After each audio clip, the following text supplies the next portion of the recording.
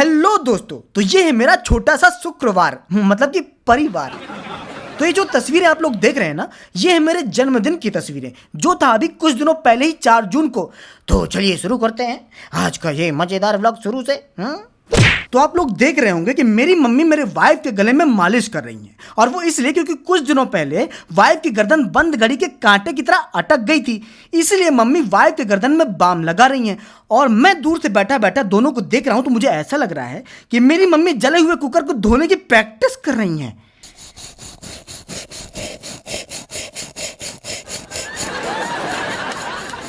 अरे तो धोने देना, सुना नहीं क्या कि practice makes man perfect. Practice कर रही हैं। खैर 1-1.5 दिन में वाइफ की गर्दन को आराम मिला तो मुझे काम मिला, लेकिन मुझे इस काम से कोई दिक्कत नहीं थी, क्योंकि वाइफ मुझे आज लेके जा रही थी शॉपिंग कराने के लिए। हाँ सही सुना आपने, मुझे शॉपिंग कराने के लिए। बात ये थी कि वाइफ मुझे मेरे जन्मदिन पे घड़ी गिफ्ट देना चाहती थी। ओए, अपने जन्मदिन पे घड़ी लेगा तू? पहले इस्तेमाल करे फिर विश्वास करे। अरे यार, घड़ी डिटर्जेंट पाउडर की बात नहीं कर रहा हूं मैं, हाथ वाली घड़ी। तो मैं और वाइफ घर से निकलकर चौराहे में पहुंच गए, लेकिन चौराहे में पहुंचने के बाद हम लोग को ऐसी कोई दुकान नहीं मिली जहां पर ठीक ठाक घड़ी हम लोगों को मिल जाती। इसलिए मैंने और मेरी पत्नी ने आपसी सहमति से डिसाइड किया कि घड़ी की जगह पर कपड़े ही ले लेंगे। अब क्या है कि वाइफ मुझे 2000 तक की घड़ी दिलाने वाली थी, यानी कि कपड़े भी मैं 2000 तक के ही ले सकता था। लेकिन वहीं इस चालू ने चली चाल और ले गया अपनी पत्नी को वहां जहां पर कपड़ों की शुरुआत ही होती है 3000 से। अरे यार, सीधे पैंट लून नहीं बोल सकते थे? चलिए दोस्तों, कोई बात नहीं, मेरी वाइफ की तरह आगे चलते हैं। तो पैंट लून में पहुंचते ही मैंने पैंट लून वाले भाई से कहा कि भाई मुझे पैंट लेना है। तो पैंट लून वाले भाई ने मुझे पैंट दिखाना शुरू किया। तो जो पहला पैंट मैंने सिलेक्ट किया वो कितने का था बताइए जरा? 1000, 2000, 2500। अब पैसे कम दे रहा था। वाइफ मजा आ गया।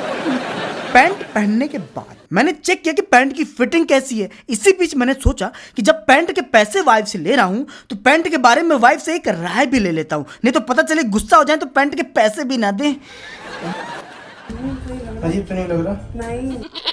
लेकिन वाइफ से राय लेने के बाद ना मैंने अपनी राय बदल दी और दूसरा पैंट लेके आ गया। और दूसरे पैंट की सबसे बड़ी खासियत ये थी कि वो पहले पैंट से भी महंगा था। पूरे के पूरे 899 रुपए महंगा, मौका कैसे छोड़ता।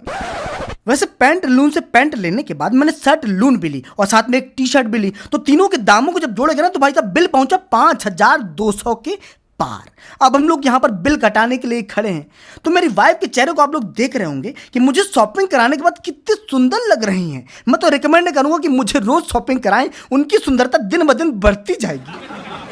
तो शॉपिंग करने के बाद हम लोग वहां से बाहर निकले और बाहर निकलते ही वाइफ ने मुझसे कहा कि चिंता मत करो, अपना टाइम भी आएगा। तो बात यह है कि वाइफ झूठ नहीं बोल रही थी, क्योंकि जून के महीने के निकलते ही जैसे जुलाई का महीना लगेगा वैसे ही अपनी लगने लगेगी, क्योंकि 7 जुलाई को पड़ती है हम लोगों की शादी की पहली एनिवर्सरी और 2 दिन छोड़ने के बाद 10 जुलाई को पड़ता है वाइफ का जन्मदिन।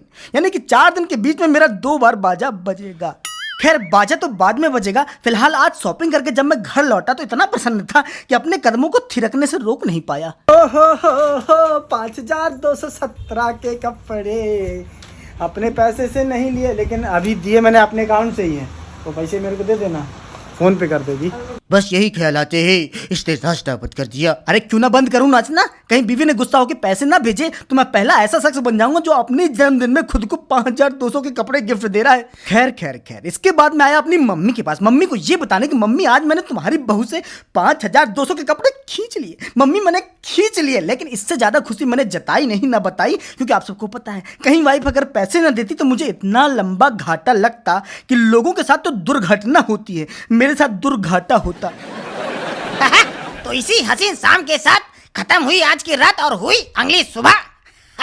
तो सुबह सुबह अक्सर मैं एक्सरसाइज करता हूँ, तो अपनी एक्सरसाइज खत्म करने के बाद मैं यहाँ वहाँ घूम ही रहा था, तभी मुझे मेरी मम्मी दिखाई दी। आपको भी दिखाई दी ना, मेरे पीछे वो अपनी एक्सरसाइज कर रही हैं। इससे क्या होता भाई, क्या बनता है बताना जरा? इससे ट्राइसेप्स बनते। बहुत अच्छा बताया भाई कि इससे ट्राइसेप्स बनते हैं, लेकिन जब मम्मी फेंक के मारती है ना तो निशान भी बनते हैं। अच्छा आप लोग वो सब छोड़िए और इसकी पत्नी को देखिए, इतने ज्यादा पीले कपड़े पहने हैं, इतने ज्यादा पीले कपड़े पहने हैं कि पत्नी का और हल्दीराम की हल्दी वाली चिप्स ज्यादा लग रही है। हाँ भाई, इसीलिए पिछले 2 दिनों से नेहा और मेरे बीच में WWE चल रहा है। लेकिन सही बता रहा हूँ, जब मैं नेहा के लिए ये मैक्सी ले रहा था दुकान में तब भी मुझे अच्छी लग रही थी। जब मैं लेके आ गया हूँ, नेहा पहन के सोफे के ऊपर बैठी है तब भी मुझे अच्छी लग रही है। लेकिन नेहा को ना तब अच्छी लगी थी, ना अब अच्छी लग रही, ना कभी अच्छी लगेगी, और मुझे सुनना पड़ेगा। अरे बाबा, और दूसरी मैक्सी भी लानी पड़ेगी ना, अगर कानों को सुन्न होने से बचाना है। नहीं झूलेलाल।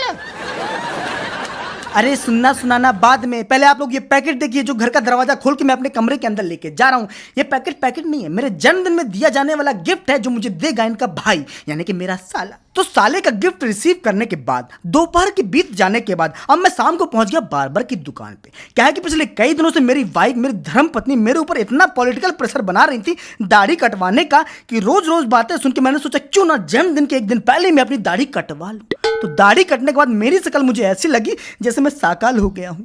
दोस्तों, पेशे खिदमत है साकाल 2.0। कैसा लगा मुझे आप लोग देख के बताइए। अरे वो लोग क्या बताएंगे, पहले तो खुद अपनी शक्ल इधर तो बता। अरे अरे अरे अरे, कोई बात नहीं मेरे लाल, 2-3 दिन में आ जाएंगे दाढ़ी के बाल। तो दोस्तों, ये है वो दिन जिस दिन पड़ता है इसका जन्मदिन, यानी कि 4 जून। और इसके जन्मदिन की एक कहानी भी है। अरे मैं बताऊंगा या तू बताएगा? नहीं नहीं भैया, मैं ही बताऊंगा। तो दोस्तों, 4 जून वो तारीख है जो मेरे मार्कशीट में मेरी बर्थ डेट के रूप में अंकित है। लेकिन 27 जुलाई वो तारीख है जो मेरे वास्तविक जन्मतिथि है। लेकिन दिक्कत ये है कि बचपन से लेकर 25-26 साल की उम्र तक मेरा जन्मदिन मैंने, मेरे परिवार वालों ने 4 जून को ही मनाया है। लेकिन पिछले 2-3 साल मैंने अपना जन्मदिन 27 जुलाई को भी मना लिया। क्यों? बस 2 महीने छोटे होने के लिए। लेकिन दिक्कत एक ये होती है कि जब भी कोई मुझसे बर्थ डेट पूछता है मेरी, जब भी कहीं बर्थ डेट लिखनी पड़ती है मुझे, तो बस 4 जून ही बोलना पड़ता है, 4 जून ही लिखना पड़ता है। तो मैंने सोचा क्यों झंझट लो, 4 जून को ही मनाते हैं। आखिर बचपन से लेकर 25-26 साल की उम्र तक 4 जून को ही तो मनाया है, बस इसीलिए वापस बैक टू बेस। समझ रहे बात? तो आज है 4 जून। तो आज 4 जून के दिन मैंने सोचा क्यों ना पेपर में आने वाला राशिफल पढ़ा जाए। वैसे तो मैं नहीं पढ़ता, लेकिन आज जन्मदिन पर पढ़ के देखते हैं क्या लिखा है। तो मैंने दरवाजे के पास पड़ा पेपर उठाया, बीवी के पास पहुंचा और अपनी राशि पढ़ने लगा। मेरी राशि है वृषभ। तो मैंने अपना राशिफल पढ़ना शुरू किया। उसमें लिखा था कि अपनी गलतियों को नजरअंदाज ना करें, व्यवसायिक नई योजना बनेगी, कार्य पद्धति में सुधार से लाभ बढ़ेगा और घर बाहर पूछ परख रहेगी। मैंने बोला हाँ, आज जन्मदिन है तो पूछ और परख तो रहेगी ही रहेगी, कम से कम आज। और मैं आज पे जोर इसलिए डाल रहा हूं क्योंकि मेरे सामने ही बैठी मेरी बीवी सब कुछ सुन रही थी और मन ही मन सोच रही होंगी कि हाँ, आज रहेगी पूंछ, कल तो सींग बना देंगे। तो शाम होते ही मैं तो अपने जन्मदिन के लिए तैयार हो गया था। मुझे तो टाइम नहीं लगता। हाँ, बात ये भी है कि मैं तैयार हूं या ना हूं फर्क भी नहीं लगता। माँ कसम मौसी जी, इसकी एक एक बात में सच्चाई जड़ रही है। हाँ, तो अब सच्चाई छोड़िए, ये देखिए मैंने ये जो टेबलें कुर्सियां लगाई हैं ना, ये आने वाले कुछ चुनिंदा मेहमानों के लिए हैं जो मेरे घर के आसपास ही रहते हैं। ओए, टेबल कुर्सी तो ठीक है, तेरी बेटी कहाँ है? ओए ओए, मेरा मतलब था तेरी पत्नी कहाँ है? अरे ये तो रही मेरी लीलावती जो लालवती बनने की कोशिश कर रही है। भाई साहब, बहुत टाइम लगाती तैयार होने में। खुश मत होइए, सारी महिलाओं, सारी पत्नियों की बात कर रहा हूँ। वैसे इस बात की शिकायत मैंने अपनी मम्मी से की और कहा, मम्मी तुम्हारी बहू बहुत लेट कर रही है। तो मम्मी ने बस कमरे के दरवाजे से अंदर झांका। इतने में वाइफ समझ गई कि नहीं, टाइम इज सास, मतलब टाइम इज मनी। और इसीलिए आप लोग देख सकते हैं कि मेरी लालवती तैयार होके बाहर आ गई है। और मेरी लालवती के पीछे आप लोग देख सकते हैं कि एक टेबल रखी है, टेबल के ऊपर केक रखा है। तो मेरी पत्नी के आने के बाद मैंने घर में आए हुए सभी मेहमानों को बुलाया और सभी के उचित स्थान पर पहुंचते ही मैंने सबसे कहा, चलो काटो केक जिसको काटना है। हाँ, तो इससे आप लोग समझ सकते हैं कि कितना बड़ा काम चोर है। हाँ, अपने जन्मदिन में केक भी नहीं काटना चाहता। अरे लेकिन मेरे चाहने से क्या होता है? मेरे चाहने से तो मेरे घर में चाय तक नहीं बनती है। इसीलिए आप लोग देख सकते हैं कि मैं केक के सामने केकड़ा बन के खड़ा हो गया हूँ और बगल में खड़ी है केकड़े की मम्मी, यानी कि मेरी मम्मी। तो मम्मी ने प्लेट में रखे दिए को जलाया और उसके बाद मुझे टीका लगाया। तो मम्मी के टीका लगाने के बाद अब बारी आई थी केक के ऊपर रखे नासा के रॉकेट को जलाने की। हे भैया, अच्छा हुआ कि ये सच कुछ नासा का रॉकेट नहीं है, नहीं तो चांद पर जाकर काटना पड़ता। खैर, तो रॉकेट के जलने के बाद मैं केक की तरफ चक्कू लेके बढ़ा, प्लास्टिक का चक्कू, ताकि केक के टुकड़े टुकड़े करके कुत्तों को खिला सकूं। नहीं, ये तो गुंडों का डायलॉग है। मेरा डायलॉग तो ये है कि केक के टुकड़े टुकड़े करके सबको खिला सकूं। तो केक को काटने के बाद सबसे पहले मैंने मम्मी को खिलाया। मम्मी को खिलाने के बाद आई मेरे पास वाइफ। तो मैं केक को काटने की तरफ गया कि तभी वाइफ ने कहा कि रुको, पहले टीका तो लगाने दो। अच्छा है, बहुत अच्छा है। लेकिन तुम मुझे ये बता कि तेरी पत्नी तुझे टीका लगा रही है या तेरी मांग में भी सिंदूर भर रही है? अरे तो खुद देख लो ना भाई साहब कि टीका है कि सिंदूर है। अरे वो तो टाइम लग गया ना टीका लगाने में। खैर वाइफ के टीका लगाने के बाद वाइफ ने मेरी आरती उतारी। आरती उतारने के बाद मैंने वाइफ के लिए केक काटा और वाइफ को खिलाया। तो केक का टुकड़ा थोड़ा बड़ा था और वो इसलिए क्योंकि केक का एक हिस्सा वाइफ के लिए था और दूसरा हिस्सा होने वाले छोटे वाईफाई के लिए, मतलब कि होने वाले शिशु के लिए। और भैया इसके बारे में तो सबको पता ही है। हाँ बिल्कुल पता है, 5200 से ज्यादा के कपड़े हैं।